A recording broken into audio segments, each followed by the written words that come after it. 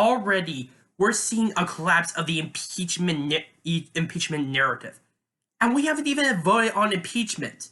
That will be happening soon this week, though, and I'm kind of interested over how the results are going to be, because I'm pretty sure that there's going to be a of partisan vote in regards to many of the Democrats deciding to voting in favor of impeachment and the Republicans voting against.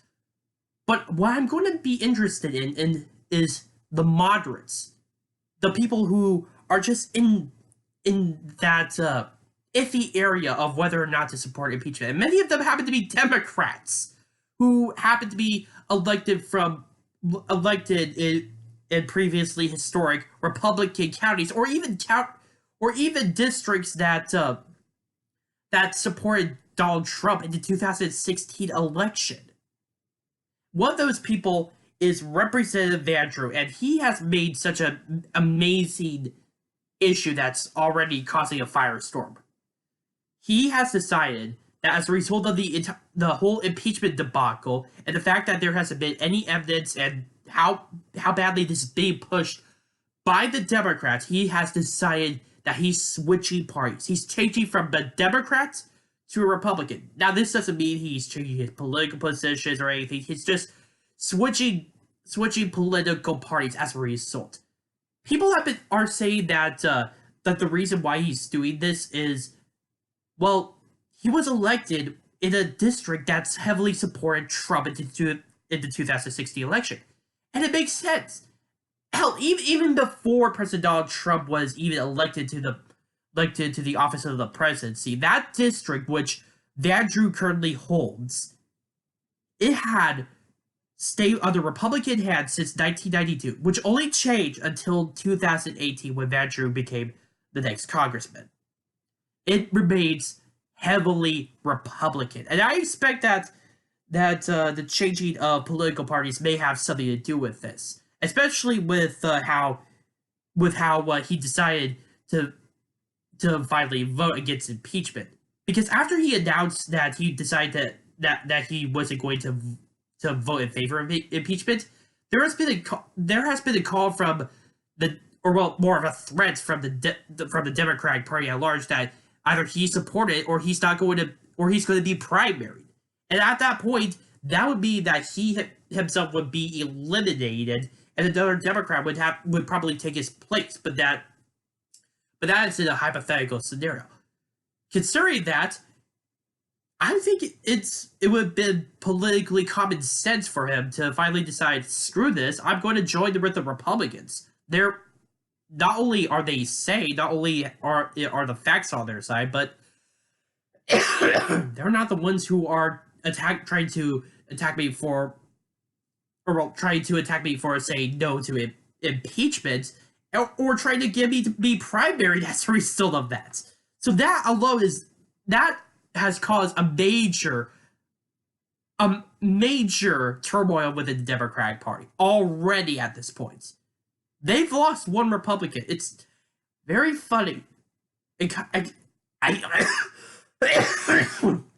don't know if you could call it ironic or not, but it's I say it's funny because the Democrats won that district, and now it's turned back to the Republicans without even an election being held.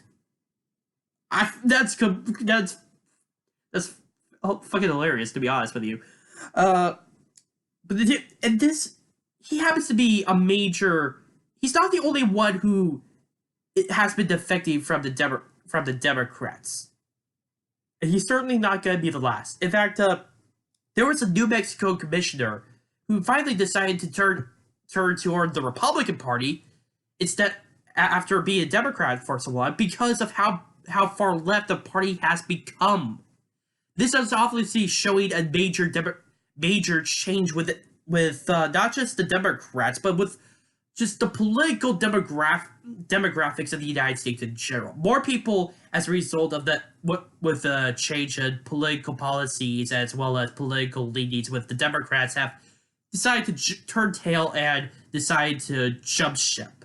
Many of them happen to be moderates, and And this is partly the reason why the far left has been gradually gaining control over the Democrats. And eventually, I believe that will be their own downfall. Now, as a result of what has happened, Democrats have been calling him a traitor, have been condemning him as a result. But all this is doing is just, they're just attacking who was a previously part of their own. And even before he even made that announcement, there was obviously some backlash over his decision to not support impeachment. Major backlash as a result of that. But already we're seeing more Democrats come, or well, more partisan Democrats, I will have to say, even far left far left partisan Democrats, very very far left. I mean, like AOC. Anyway, who have been now expressively attacking Van Drew as a result of this. Hell, even 6 of his own staffers resigned as a result of his decision because it doesn't align with their values, which honestly good riddance for them because I'm pretty sure that that would be that having those people on would cause Van Drew to have more issues with him trying to represent his own constituency more than anything. But right now, within the national level, in terms of the House of Representatives, there are still some moderates who have yet to decide whether or not they will vote for impeachment or not. But there are quite a few who decided that they will vote in favor. One of them being a Alyssa Slunkin, Democrat from Michigan of the 8th District, which happens to be a Trump district. She recently announced that she will be voting in favor of impeachment, and she's been getting a lot of boos and a lot of backlash as a result from a lot of these people who do not like impeachment as a result. After all, this happens to be a pretty this happens to be a pretty much a Trumpian district since 2000.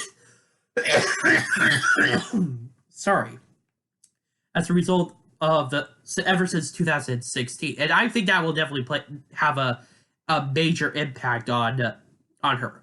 Now, although she does say that she could potentially change it at the very last minute, but right now I'm gonna take her word for it that she will vote for impeachment, and I think that will cost her in the 2020 election. Now, with that being said, we're eventually the articles of impeachment this week will be voted on. Now, I cannot determine whether or not they will succeed or fail. Most likely, by about maybe 55%, just 55%. I'm gonna say it's going to succeed and pass. However, it's not really going to do much. Mitch McConnell is already talking with the White House, trying to coordinate with them to try to just bog down on the whole issue of impeachment, because the fact is that the Senate is still under Republican control. There is absolutely no way that Senate is going to kick out Donald Trump unless there is very hardcore evidence to show that he did any wrongdoing. And so far, there hasn't. Why do you think there's going to be there's a lot of these defections? Now, I'm pretty sure that there may be even a few other defections as a result when the voting actually occurs. I'm pretty sure. I do not know how much, but I'm willing to bet that a lot of these Democrats will be ones who actually won back in 2008 that happened to be in districts in which Trump won in 2016. And I think that's going to be a major factor in how they vote. But if they decide to vote for impeachment, that would be that they will be vulnerable in the 2020 elections. They will as a result of their decision to vote for impeachment, they will have lost their re-election campaign in 2020, because now they will be on the flip to the Republicans, who after are tired, or they're just sick and tired of the whole impeachment process that's been going around. Four attempts already. 4 attempts of impeaching President Donald Trump within his first term of office alone. People are already tired of that, and I believe that is going to be shown within the House of Representatives. Already, we have seen just Representative Van Drew turning Republican, and the Democrats raging as a result, and trying to hold themselves together. Now, we eventually the vote will be held, and that vote will be interesting. Not in terms of whether or not the impeachment article succeed, but who decides to vote in favor or oppose it. My name is the Truth. Please post your comments down below, like this video, subscribe, and share with your friends. Also, if you have any issues regarding my videos, such as how I frame it, how I speak, or what subjects what subjects you wish me to cover, or anything, please post your comments down in the section down below, or directly message me. Thank you.